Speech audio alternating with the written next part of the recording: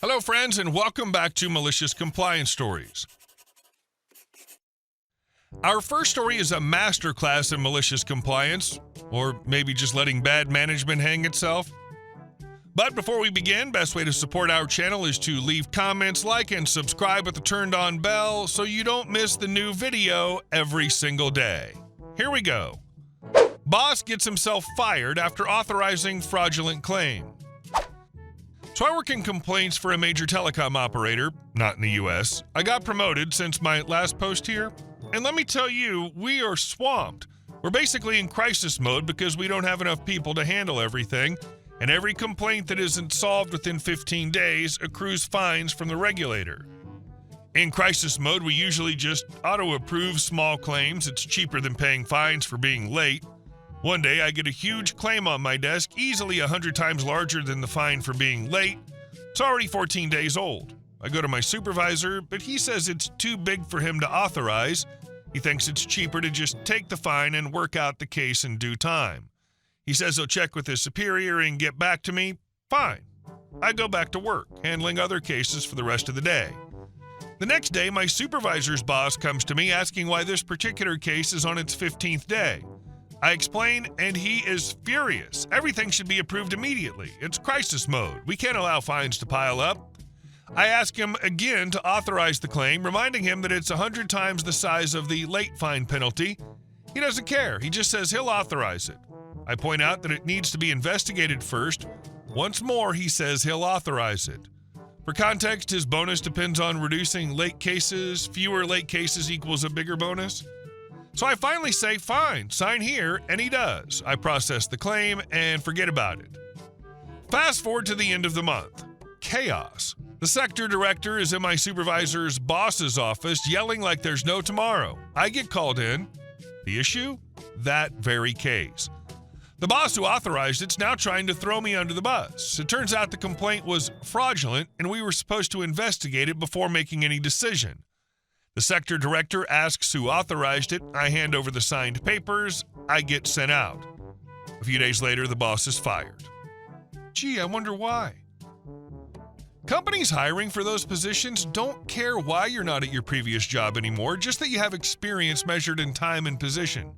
So you can be a manager for 2 years, and even if you were absolute garbage as a manager, you still have 2 years experience. And our second story. They played games with my reimbursement. I played back. Many years ago, during a corporate merger, I found myself responsible for transitioning a portion of business operations to a distant city. It was a big project, the kind that came with endless spreadsheets, meetings, and the pressure of making sure nothing slipped through the cracks. Because of the distance, the company put me up for 4 weeks in an extended stay suite hotel. It was one of those setups with a small fridge, a microwave, and a tiny 2-burner stove. I was given a meal allowance of $50 per day and was required to submit weekly expense reports with receipts for reimbursement. The first few days went fine, but after 12-hour workdays packed with conference calls, system walkthroughs, and endless hand-holding, the last thing I wanted to do at night was dress up, find a restaurant, wait for a table, and sit through a meal surrounded by strangers. I just wanted to get comfy, kick off my shoes, and throw something together in my room so I could relax in peace. So on day one, I stopped at a local grocery store and spent $80 stocking up. A few microwave meals, sandwich fixings, some fresh fruit and salad ingredients, bottled water, and yes, a 6-pack or 2 to get me through the week. By day 4, I was running low on a few things, so I made another quick trip and spent another $20. At the end of the week, I submitted my receipts, a total of $100, along with a note explaining that these purchases were for the entire week and still far below the $350 I was technically allowed. $50 a day times 7 days. A few days later, my expense report came with a big red adjusted stamped across it. Instead of reimbursing the full $100, they were only willing to reimburse $70. I called finance, confused. Why am I not being reimbursed the full amount? I stayed well under my $50 per day limit. The finance rep, in that robotic policy quoting tone only finance departments seem to perfect, said, "You exceeded the $50 a day maximum on the first day. We can only reimburse up to $50 per day per receipt, no exceptions." I pointed out that even with the $80 day one purchase, my average spend for the week was just $14.28 per day. I could have eaten out every single day and spent triple that amount, and they would have reimbursed me without a word, but no, they were locked into their interpretation of the policy. $50 a day meant $50 a day, even if the total was far less than the weekly allowance. They refused to budge. So I decided, fine, if they wanted to play games, I could play too. At the time, my favorite coffee beans were hard to find, available only in select regions. As luck would have it, there was a small cafe near the office that sold them by the bag. The name on the receipt included cafe, which meant on paper it looked like a restaurant. The best part, the receipts weren't itemized. So for the remaining 3 weeks, I made a point to stop in every day and buy a bag of those coffee beans, sometimes two. Every single day, I submitted my receipts, and every single day, I came in just under the $50 daily maximum. By the end of the project, the company had spent over $750 reimbursing me for coffee beans, all because they had refused to reimburse me an extra $30 the first week. Penny wise, pound foolish doesn't even begin to cover it. When the transition was complete, they offered me an incredibly generous relocation package and a nice pay bump to stay with the company permanently. But by that point, I'd had enough. The merger had been stressful, management had been rigid and condescending, and this little expense fiasco had been the final straw. I politely declined and handed in my resignation. Shortly afterward, I landed what turned out to be my dream job, a new role in an emerging area of the industry. It was a position where I had incredible freedom to define the job, create my own systems, and manage my own budget. I was respected, trusted, and allowed to do my work without being second-guessed over petty nonsense. I poured myself into that job and stayed there for the next 25 years. If there was a crisis, I'd work late, rearrange my schedule, and burn the midnight oil to make sure things got done. And when the dust settled and I needed to take some time for myself, no one questioned my commitment or work ethic. That experience taught me something important about myself. If you nickel and dime me, I'll respond in kind. I'll follow the rules so literally it'll cost you far more than you tried to save. But if you treat me with respect and trust me to do my job, I'll give you everything I've got. Because in the end, respect doesn't cost a company a dime, but it can make the difference between an employee quietly doing the minimum and one who will move mountains to get the job done. I absolutely hate this nickel and dime overzealous micromanagement, and I honestly think it costs a lot more than I could ever save. Like in your example. And our next story.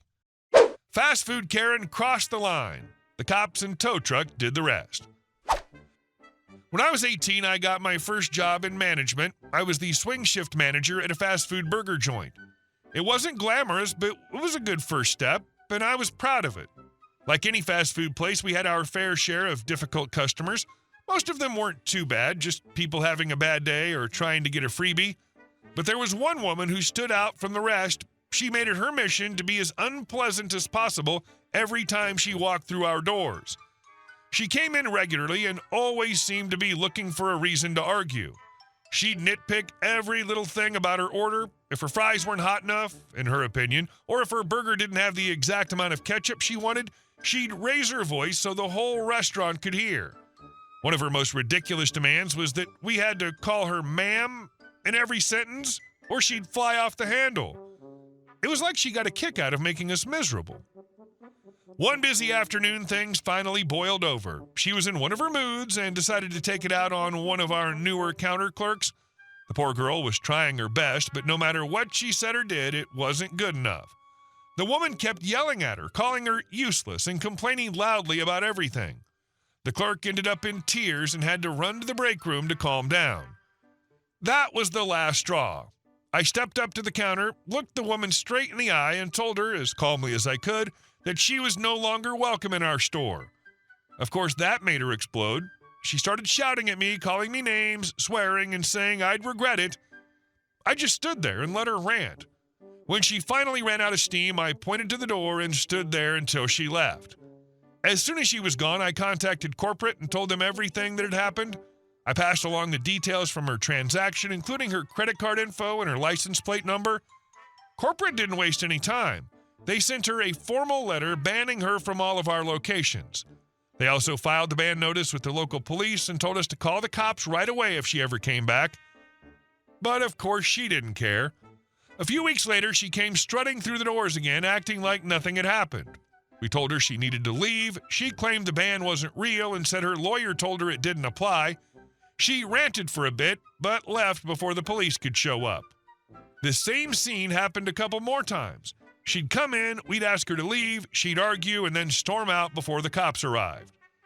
Her luck finally ran out one afternoon. She walked in ready to cause more trouble, but this time 2 police officers happened to be sitting in the dining area eating lunch. I didn't wait. I walked over, showed them the ban paperwork, and explained that she'd been trespassing. The officers got up and calmly approached her. When they asked her to leave, she completely lost it. She scratched one of the officers on the face and started kicking at them. That was it. They arrested her on the spot. I didn't even need to get involved beyond pointing her out. Resisting arrest and assaulting an officer handled the rest. And then came the icing on the cake. I noticed her car still parked out front. After everything she'd put us through, calling the tow company was the easiest decision I made all shift. Watching that car get hauled off to impound was the perfect end to the whole ordeal. The clerk she made cry bounced back fine and was back to normal by the next day. As for me, I didn't stay in fast food for much longer. I went off to college and moved on to a career in tech. But to this day, I remember that afternoon.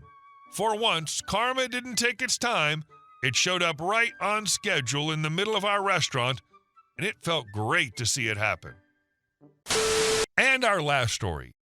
Entitled neighbor tried to build a road. My wife and I live way out in the country on about 15 acres of land. The area closest to our house is landscaped, a veggie garden for the kids, a flower garden for my wife, and about 2 acres planted with wildflowers to attract butterflies, complete with a stream running through the property. We spent 3 years making it a natural habitat. One of our neighbors, let's call him Kevin, owns a much larger plot of land behind us. His only access road is a winding dirt lane that turns into a muddy mess every time it rains. He stopped by a few months back and casually asked if we'd let him cut a straight road across the back corner of our property to give him easier access for his trucks. At first I was polite. I said I'd think about it, but I made it clear that I wasn't thrilled about losing part of my wildflower field or risking the stream being damaged. The girls, 6 and 8, were furious at the idea. "You can't destroy the butterflies," they shouted. I had to agree. That little meadow was one of the best things we'd ever done.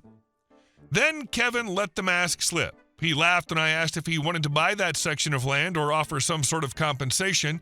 When I mentioned permits, he brushed me off and said he wasn't messing with the county.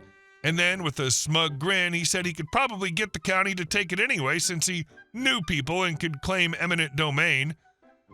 That's when I decided to make a few calls of my own. The county clerk and engineer confirmed exactly what I thought. An individual can't claim eminent domain, only the county or state can, and any road work in this area would require environmental permits because of the stream and water runoff regulations. They also warned that if he tried it without permission, he'd be in serious legal trouble. So I posted new no trespassing signs and clearly marked the property line. I figured that would be the end of it, but Kevin decided to take matters into his own hands. One morning I woke up to the sound of machinery. I went out back and nearly lost it. He'd hired some guy with a bulldozer and was carving a road right through my wildflower bed. Tire tracks had already chewed deep ruts through the stream bed and mud was pooling everywhere. I called the sheriff's department immediately, then the county engineer I'd spoken to. By the time the deputies arrived, Kevin had about 50 yards of a road cut. He was still standing there like he owned the place when the county truck pulled up. The look on his face when the deputies told him to shut down the bulldozer was priceless. They informed him that not only was he trespassing, but he was also in violation of multiple county codes for unpermitted road construction, environmental damage, and destruction of a natural waterway. The county engineer was livid. He told Kevin he'd just opened himself up to thousands in fines and restoration costs, and that's exactly what happened. The county ordered him to restore the stream, regrade the soil, and replant native vegetation at his expense.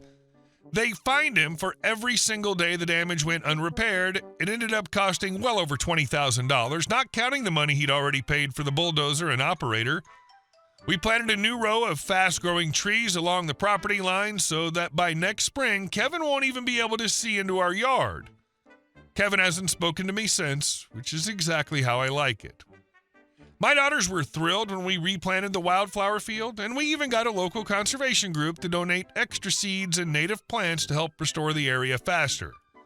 This fall, the butterflies came back in bigger numbers than ever.